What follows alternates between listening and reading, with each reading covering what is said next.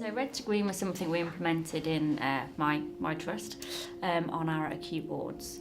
It is simply a way of monitoring patient flow. You've got all your patients on the ward and you're looking at whether they've had a red day, which is a day where you've not contributed to their care for them in order to be discharged or moved on.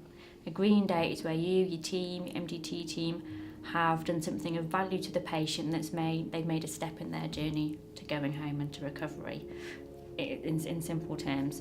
So on our ward, we every day discuss the patients on the ward in our board review, and we say whether they've had a red day or a green day. Red days aren't bad. They're not necessarily a bad thing. It's not for staff to feel that they've had a red day, we've not done anything of value for that patient, because there can be internal and external reasons. It could be a patient waiting for a placement bed that's not available for 2 weeks. They don't need to be on your ward, but they can't go anywhere else. That would be a red day, but it's not in your control. A green day could be where someone's just come in and they need an OT assessment, they're waiting for a physio assessment, you're formulating your risk assessments with them, or you're doing a drug-free assessment for them. They would all be green days because you're actively working towards steps in their recovery to get them home again. It's a way for you to identify where there's bottlenecks in your system or some of your processes aren't working that well. An example was, for us, we had home treatment teams would bring our patients in, but then they have to reassess for them to go home, which could take 2-3 days. They would be red days. So we changed it around to home treatment would just take them out without another assessment.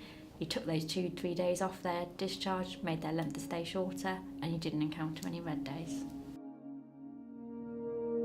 How do we translate some of our really good practice that we have in different areas?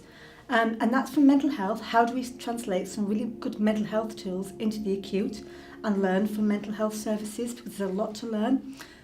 But one thing that I picked up in Red to Green for the acute trust, and the value of Red to Green in terms of the patient's time is the most important currency.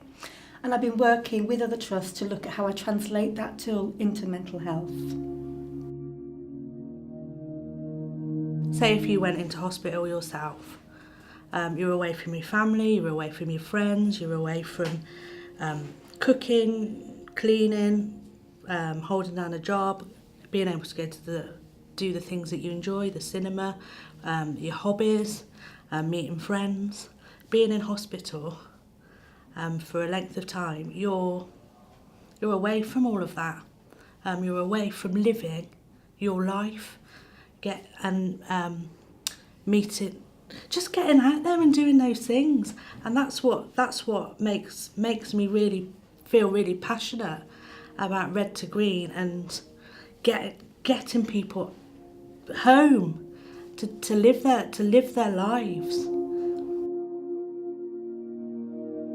It is heartbreaking to see someone that has got so well and have had to wait on your ward, and they've gone full circle and they've broken down again and they've become unwell again, and you can see it happening before your eyes, and you always say, that person, they're not as good as they were last week. I think they're becoming a little bit low, or they're becoming, their mood is lifting. I'm not sure they're really that well. And then before you know it, they're back to where they were 2 months ago, and it started again for them.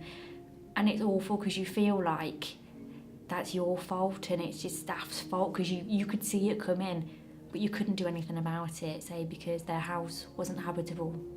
And because you haven't identified that early enough and done anything about it, it means when they've become well, their house hasn't been sorted out, they've got nowhere to go still. So you're not identifying the barrier soon. I think that if you're in hospital, it's not a normal life for you, it's a hospital life for you. If you're acutely mentally health unwell, it's a really difficult place to be. So as a service, it's about how we get somebody as well as possible, as quickly as possible, so they can continue their treatment at home. And for me, that's about patients' time, and that their life is important, their quality of life is important, and access to their friends and access to their social life is really important. We've all come across those patients that we've had on our wards, or we have on our wards, that you see time and time again. They know that they've lost all their skills. because they've been in and out of hospital so many times. They've lost their links with family. They've lost they can't get a job because they've lost their confidence, and that's really sad to see. And what we've seen with Rentford Green is that we are reducing the time that people are in hospital, by identifying all those any barriers that are keeping them in, so that we can get patients home and back into the community and living the lives that they want to lead.